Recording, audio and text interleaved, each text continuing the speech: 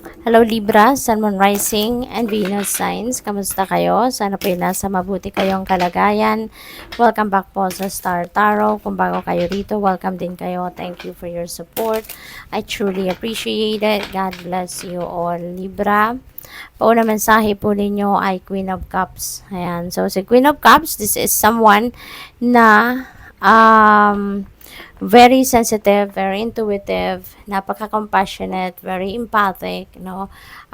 She is also a very good and compassionate listener. Kaya maaring kailangan ninyo nakamakausap ang katulad ni Queen of Cups sa ngayon. So maybe that's what you need right now, no? Na uh, baka yun ang kailangan ninyo sa ngayon kasi baka you're needing someone to talk to, maybe you're needing someone that can listen to you, not necessarily na mag-a-advise sa iyo, but yung meron lang kayong sensible na kausap, no? Yung ganon. So, that could be someone, no? Baka isang Cancer, Scorpio, or Pisces. What else? We have judgment. Meron kayong important decisions na kailangan mong gawin sa ngayon. No? And this could be related to family situation or probably related ito sa inyong relationship, no? With your person. So, kung ano man ito, sa ngayon, maaaring matagal na to na sitwasyon na to na kailangan mong pagdesisyonan pero siguro in the past ay iniiwasan mo, ina-avoid mo, 'di ba?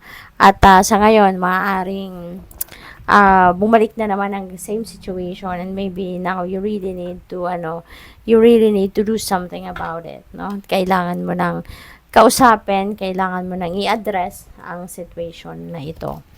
We have Four of Cups, may offer sa inyo rito, Libra. This could be an opportunity, no? Pero sa ngayon lang parang wala kayong gana no? Parang siguro bored kayo, disappointed kayo, frustrated kayo about something or someone. Kaya parang wala kayo sa wish yun ninyo. Yung bang hindi kayo makapag-focus, wala kayo sa concentration, kumbaga, hindi kayo makapag-focus sa ginagawa ninyo, parang ganon, no? So, and even yung offer sa iyo, baka merong nag-o-offer ng kung anong oportunidad para sa inyo, parang hindi rin ninyo pinapansin. We have Tower, merong pagbabago magaganap at ang mga pagbabagong ito, may kakagulat ninyo yan, no? Pero ganun pa man, sa una lang yan, may magugulat kayo sa una, pero at the end of the day, pagpapasalamat mo yan na nangyari, 'di ba? Universe ang gumawa nito para sa iyo. Yung pagbabagong ito, hindi mo to gawa, hindi mo to initiative, hindi mo to idea, no? It is all divine universe's way of bringing you to your destiny, no? Kasi you will be in alignment with your destiny dito with this Tower energy. Okay? So, tingnan natin kung ano pa ang ganap for Libra.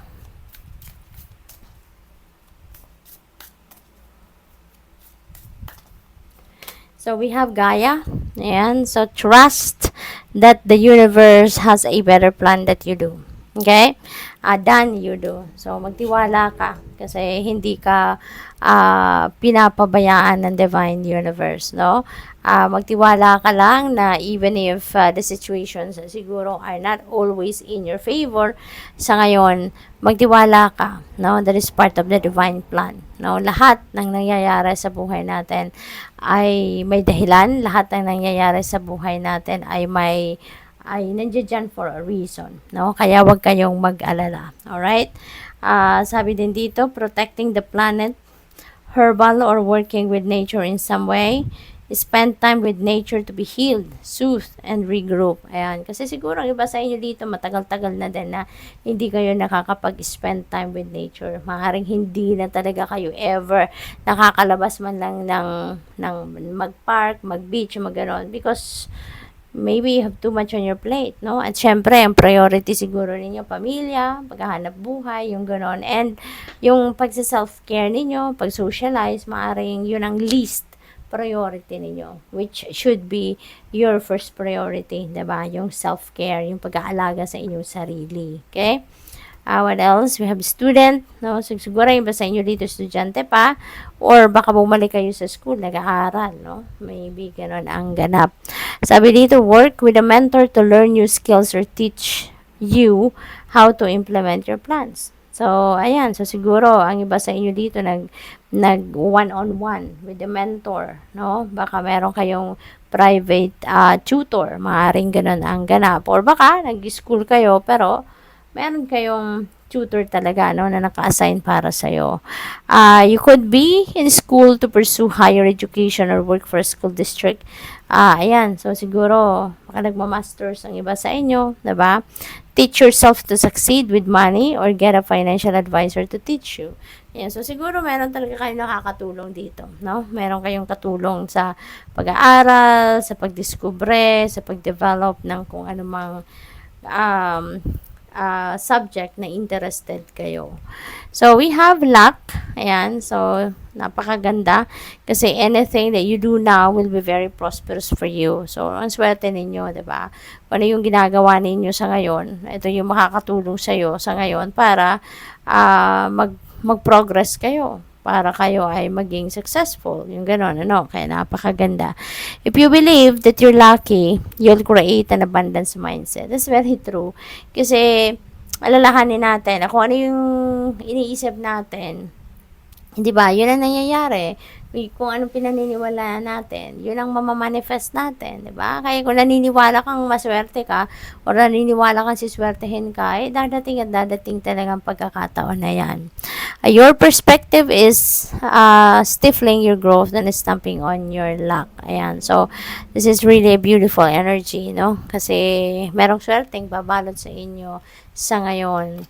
We have science. Ayan. So, siguro, in line of science, ang mga trabaho ninyo. Diba? Baka dito, ito yung subject na you are interested in talaga. So, keep an open mind. Something is unfolding for you. Okay? So, maaring may mga miraculous moments or miraculous events that are about to unfold sa buhay ninyo. Maaari din na yung trabaho ninyo would be in line with parang chemist siguro kayo, forensics, biochemist, or anything in the field of science. Apply also a scientific approach to your business or financial problem. Okay? So, para maiba naman yung approach ninyo sa inyong sitwasyon. Lalo-lalo na pagdating sa negosyo or kaya sa inyong mga problemang hinaharap ang kaperahan.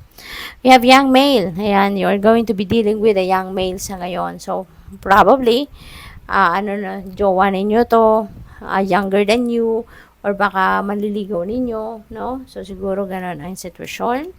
We have true love. Wow. So, siguro ngayon, mararamdaman ninyo yung honest and pure love connection, no? With a person na siguro makikilala ninyo. Pwedeng, kayang male, maramdaman ninyo to na parang siya na yung inyong true love, diba? Who knows? We have Ice King. Ayan. So, siguro you're going to be dealing with boss, no? Baka si boss ninyo, baka yun ang manliligaw ninyo, or baka yung boss ninyo, baka asawa ninyo, diba? So, pwedeng ganon, depende sa inyong sitwasyon. Baka si boss ninyo, entrepreneur, no? Baka siya yung boss mo sa sa negosyo ninyo, no? So, siguro siya ang lahat. Siya yung nagdedesisyon, diba? Siya yung nagtitimon, kumbaga. So, probably ganun ang ganap. But, definitely, baka si Ice King, ito yung jowa ninyo or asawa ninyo. Manliligaw, pwedeng ganun. Spiritual growth, ayan, you're expanding the soul. You're learning a lot of things ngayon. Siguro, lalong-lalo na pagdating sa inyong spiritual life, no? Siguro sa ngayon, mas malalim. You're having a greater awareness and understanding siguro about your spiritual life, no? So, siguro, mas lumalalim na ngayon ang inyong pag-iintindi sa inyong sarili, about the human psyche, about your relationship, no? With the divine. So, maaaring mas malalim ngayon ang inyong pag-iintindi about those things. Kaya good luck sa'yo. Thank you for watching. Love and light. Namaste.